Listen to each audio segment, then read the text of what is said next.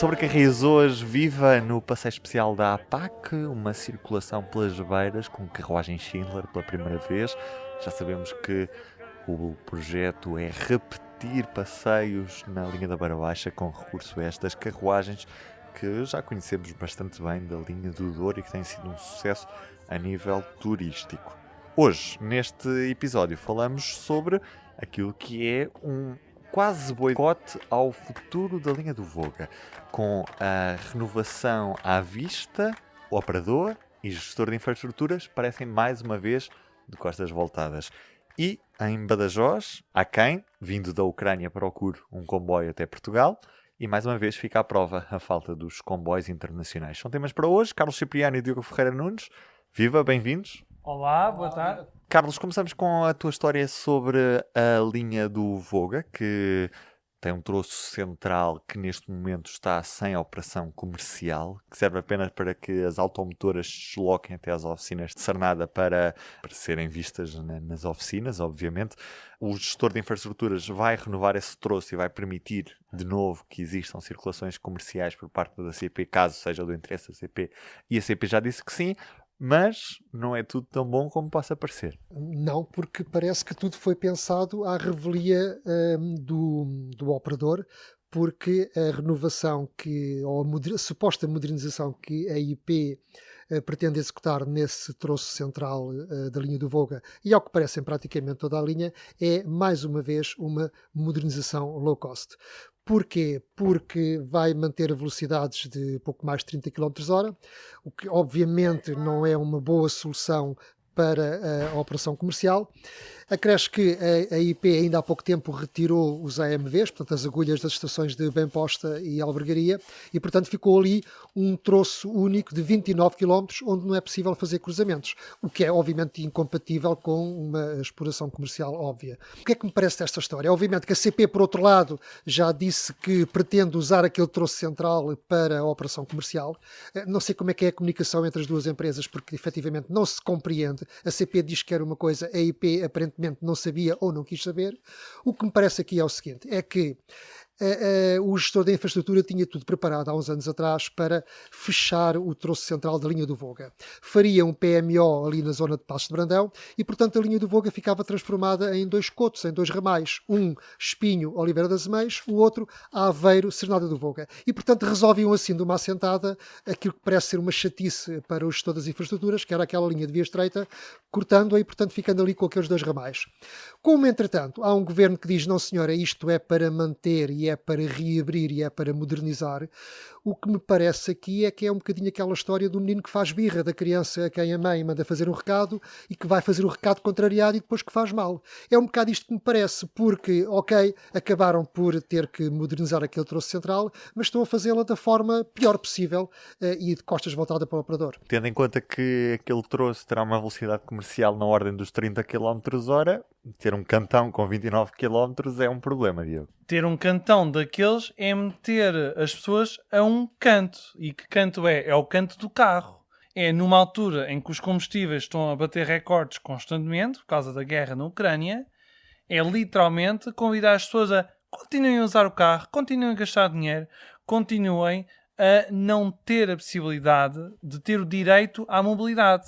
Que é uma coisa que, por exemplo, já existe em Espanha, já está a ser consagrado o direito à mobilidade e parece que em Portugal, em vez de caminharmos para isso, não, cada vez mais nos afastamos. Quando há metas da Comissão Europeia, quando há metas de Bruxelas muito claras, em que ou se usa o comboio definitivamente como o transporte principal, ou estamos a condenar este país, Portugal, a um atraso quase civilizacional. Não pode ser, tem que ser pensado de forma integrada. Condenar esta linha a dois cantões, não é? Sem um troço central, é convidar a que daqui a uns anos se feche mesmo até os dois cantões, porque estão a retirar as pessoas e parece que faz parte de uma estratégia para acabar com a linha do comboio ali e depois resta ao carro. Claro, porque com aquelas velocidades e com aquela maneira nunca a linha do Voga poderá ser suficientemente atrativa para trazer pessoas. E portanto isto é uma maneira de, daqui por uns anos, quererem provar por A mais B que a linha não tem procura, não tem gente, não é rentável e portanto venha daí mais um fecho. O que demonstra também algum preconceito em relação às linhas de via estreita. A linha do Voga é a linha que sobra de tudo o que foi a rede de via estreita em Portugal. E há pessoas que acham que a via estreita tem que ser um parente pobre de uma rede ferroviária nacional.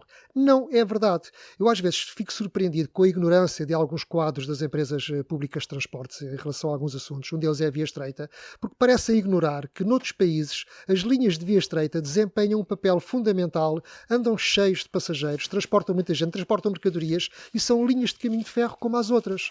Só para dar o exemplo do Japão, em que a rede do Shinkansen é de via larga, mas assenta na rede inicial de japonesa, que era toda em via estreita, onde há comboios extremamente confortáveis que ligam cidades com milhões de habitantes em via estreita e a 100 e tal a hora.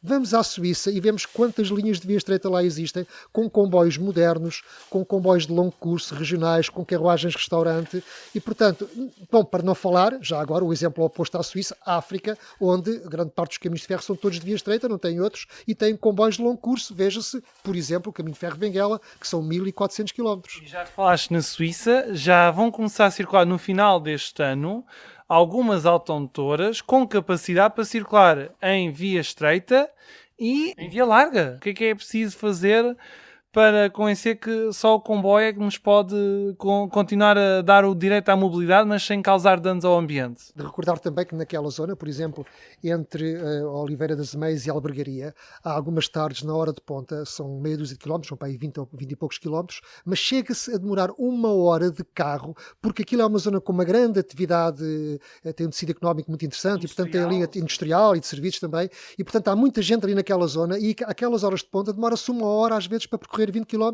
porque vai tudo em fila pela antiga Estrada Nacional número 2 e, portanto, a ferrovia também, e, portanto, a ferrovia pode ser ali, de facto, uma alternativa. Ainda é possível reverter, ou rever, neste caso, o projeto? Não sei, quer dizer, a IP já tem um caderno de encargos muito definido, já lançou um concurso público, provavelmente vai ter que fazer, se isto for mesmo para avançar a sério, terá que fazer um upgrade àquilo que neste momento vai começar a ser feito. Outro dos temas que trazemos para hoje é o facto da CP ter deixado ucranianos, refugiados, apiados na estação de Badajoz, uma vez que, sem serviço internacional, esta é mesmo a principal alternativa. Aliás, a Cruz Vermelha Internacional recomenda este trajeto para chegar a Portugal, mas a CP não conseguiu ajustar a oferta à procura.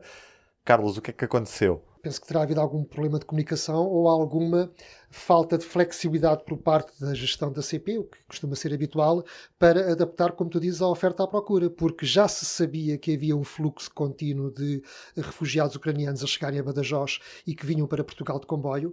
Essa informação já era conhecida. A CP já tinha feito em 3 dias, tinha duplicado a oferta, pondo 2 alãs a fazer o regional entroncamento a Badajoz. Tinha informação de que, de facto, havia mais refugiados, mas não se sabe porquê não o fez. Bom, o que revela, de facto, alguma falta de flexibilidade e alguma coisa que não se entende, que seria também, se calhar, alguma falta de bom senso, porque, independentemente da informação da Cruz Vermelha de Badajoz, que costuma articular isso com a CP, dizer que vêm 40 refugiados, ou 100, ou 20, ou 80, isso é um bocadinho indiferente, porque nós sabemos que os refugiados viajam com muita bagagem, eles trazem malas, trazem sacos, trazem carrinhos de bebê, nós sabemos que as alãs são um material nada adaptado para se fazer uma viagem de 3 horas, que é um material que leva 94 pessoas, mas as pessoas sentadas vão com os joelhos encostadas umas às outras. Portanto, é tudo muito apertado e o bom senso recomendaria que se duplicasse logo a oferta, pondo sempre 2 alãs nos próximos tempos, enquanto houver este fluxo de refugiados. Isto para mim era óbvio. Ou, no limite, pôr, por exemplo, 450 a circular naquela linha. Se as estiverem disponíveis, coisa que eu não sei. Com a recuperação que tem havido nos últimos anos. Vão ser usadas noutras linhas, provavelmente. Mas não sei, isso é uma questão que se pode perguntar à CP. Agora, obviamente que só uma alã é pouco. Sim. E estar à espera de saber se no dia seguinte há mais ou menos refugiados também não me parece uma boa solução, porque as pessoas vêm muito carregadas e, portanto, precisam de espaço e 2 alãs era óbvio. Agora, eu acho que apesar de todo este episódio, o que faz saltar à vista é, mais uma vez, a ausência de relações internacionais ferroviárias entre Portugal e Espanha. Porque aquilo não é uma verdadeira relação internacional ferroviária. Aquilo é apenas um comboio regional que era para ser entroncamento Elvas e que por acaso vai a Badajoz, mas no fim de contas é o que sobra depois da suspensão do Sud Express e do Lusitano Express. Mas, Carlos, tu lembras de uma coisa que tu escreveste há poucos meses, no final do ano passado, por causa das novas normas europeias, que o pessoal a bordo do comboio teria de saber espanhol B2. Portanto, imagina o que seria se nós tivéssemos aplicado à risca, em total intransigência, esse regulamento. Portanto, nem sequer neste momento havia um comboio a chegar a Badajoz. É verdade, o comboio ficava em Elvas e, portanto, as pessoas que já tinham atravessado toda a Europa até chegarem a Espanha, até Badajoz, depois ficavam confrontadas com o autêntico muro, não havia comboio para as trazerem para Lisboa, teriam que ir com outro meio de transporte entre Badajoz e Elvas. E, portanto, eu espero é que este episódio evidencie ainda mais o grande erro que é a ausência de relações ferroviárias internacionais entre os dois países. Não deixa de ser interessante perceber como um refugiado consegue facilmente atravessar a Europa de comboio, chega à Península Ibérica e, se for preciso, metade do tempo de viagem é para conseguir atravessar a Península Ibérica de uma ponta à outra, porque não há Sud Expresso. Na Lusitânia, claro. Ficámos também a conhecer a nova estrutura do governo e o novo ministro com a pasta das infraestruturas e também da habitação. Há apenas 2 secretarias de Estado associadas a este ministério. Cai a Secretaria de Estado das Comunicações. Mantém-se a Secretaria de Estado das Infraestruturas e outra para a Habitação, e a Secretaria de Estado da Mobilidade Urbana está no Ministério do Ambiente e da Ação Climática, que vai ser presidido por Duarte Cordeiro.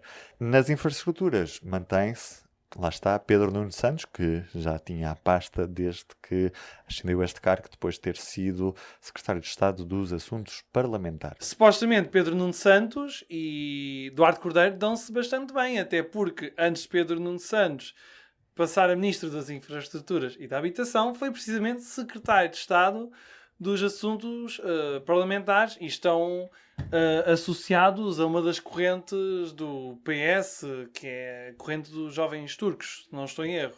Portanto, com certeza que hão de criar uma boa relação. Agora, não se compreende é que, novamente, as infraestruturas e a mobilidade urbana continuem separadas. Quando se fala em transportes integrados, isto é o oposto. Na realidade, o que se passa hoje, para ficar muito claro, é que temos um ministério que define aquilo que é, por exemplo, a rede de metro em Lisboa e no Porto, o que é que os Metrobus e todas essas redes urbanas, e depois temos outro ministério que define aquilo que é a infraestrutura rodoviária e ferroviária a nível nacional. Portanto, E suburbana também. Ainda mais, o que acrescenta confusão à confusão que já existe.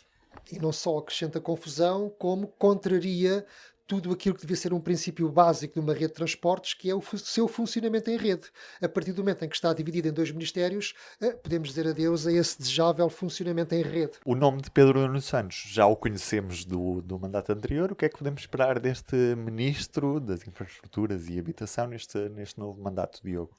Depende do que o ministro quiser fazer e do poder que tiver para fazer aquilo que pretende, porque Pedro Nuno Santos tem falado constantemente em colocar o comboio no centro da cidade, em tornar o transporte ferroviário no principal meio de transporte em Portugal, mas depois vemos estações de comboios a fechar num centro de uma cidade como Coimbra, vemos que a dívida da CP continua por perdoar e agora com as medidas de assistência aos problemas económicos que estão a surgir com a pandemia, já se começa a falar que há o risco de o perdão da dívida da CP, que estava inicialmente previsto no Orçamento do Estado para este ano, pode não ocorrer. Portanto, depende agora também da relação de Pedro Nuno Santos com um suposto rival na corrida à liderança do PS, Fernando Medina, que agora é o Ministro das Finanças. Portanto, vamos ver. Bom, eu penso que o ministro herda do seu antecessor, que é ele próprio, a seguinte situação, que se pode caracterizar de uma forma muito objetiva, da seguinte maneira. Corre-lhe bem a vida na questão ferroviária pelo lado das operações, pelo lado dos comboios, as coisas não estão tão bem do lado da infraestrutura.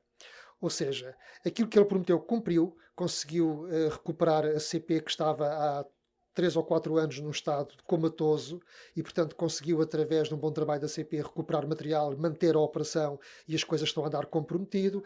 Há um concurso já finalizado, portanto, com um contrato assinado para novos comboios para a empresa. Há um concurso em público para 117 novos comboios. Há um contrato assinado de serviço público entre a CP e o Estado. E, portanto, por aí as coisas que ele herdou dele próprio estavam-lhe a correr bem. Já do lado da infraestrutura, nem por isso, porque se nós formos a ver aquilo que foi a grande bandeira do governo para o investimento ferroviário, que foi o Ferrovia 2020, é neste momento um flop, é um fracasso enorme, em que já se perdeu completamente o controle, ou seja, os projetos derraparam todos, já se sabe que vários deles não vão acabar até 2023 e, portanto, arrisca-se a perder fundos comunitários, e depois há até alguns que pelo que me parece, estarão num limbo, que é o caso, por exemplo, da modernização entre o Marco e a Régua, em que já não o vês no Ferrovia 2020, mas também não aparece no PNI 2030. E, portanto, eu penso que está aí lançada a confusão. É preciso, de facto, perceber o que é que se vai fazer do lado das infraestruturas. E continuamos sem administrações. Continuamos sem administrações, porque tanto a administração da CP como da IP estão em gestão corrente, sendo que a da IP já está há mais de um ano. Obviamente que o grande desafio para o Ministro é lançar a linha de alta velocidade entre Lisboa e o Porto, mas de facto, tendo em conta o histórico do Ferrovia 2020, é caso para haver de facto as maiores dúvidas sobre se Portugal vai conseguir construir de facto uma linha de alta velocidade e no tempo que ele anunciou que seria até 2030. Eu tenho de facto as maiores dúvidas. Há aqui dois aspectos positivos que eu acho para já muito bem neste projeto da linha de alta velocidade. É o facto de ser em bitola ibérica, porque permite, de facto, uma mistura saudável de serviços entre a linha de alta velocidade e a rede convencional, para várias origens e vários destinos que tiram partido dos ganhos de tempo da linha de alta velocidade e, portanto, eu acho que aí estão no bom caminho. E, por outro lado, o facto de a IP já ter decidido que as estações de Leiria, Coimbra e Aveiro vão ser as mesmas e, portanto, vão ter o serviço de alta velocidade e o serviço convencional, o que me parece muito bem, porque poupa-se no investimento em novas estações, que ficariam mais afastadas das estações e que segmentavam o serviço ferroviário e assim integram tudo e, portanto, essas duas decisões parecem muito bem tomadas. O problema agora é a forma como é que isso vai ser feito e se o país, de facto, que não consegue fazer um Ferrovia 2020, que basicamente muitos desses investimentos eram apenas fazer manutenção pesada e muitos desses projetos é aquilo que eu costumo chamar de modernizações low cost e nem assim isso conclui, como é que nós vamos ter uma linha de alta velocidade? Pode ser que o Mundial 2030 dê um empurrão a estes investimentos ferroviários. Carlos Cipriano e Diogo Ferreira Nunes, muito obrigado aos dois. Cá estaremos no próximo Sobre Carris, como sempre. Aquele abraço. O público fica no ouvido.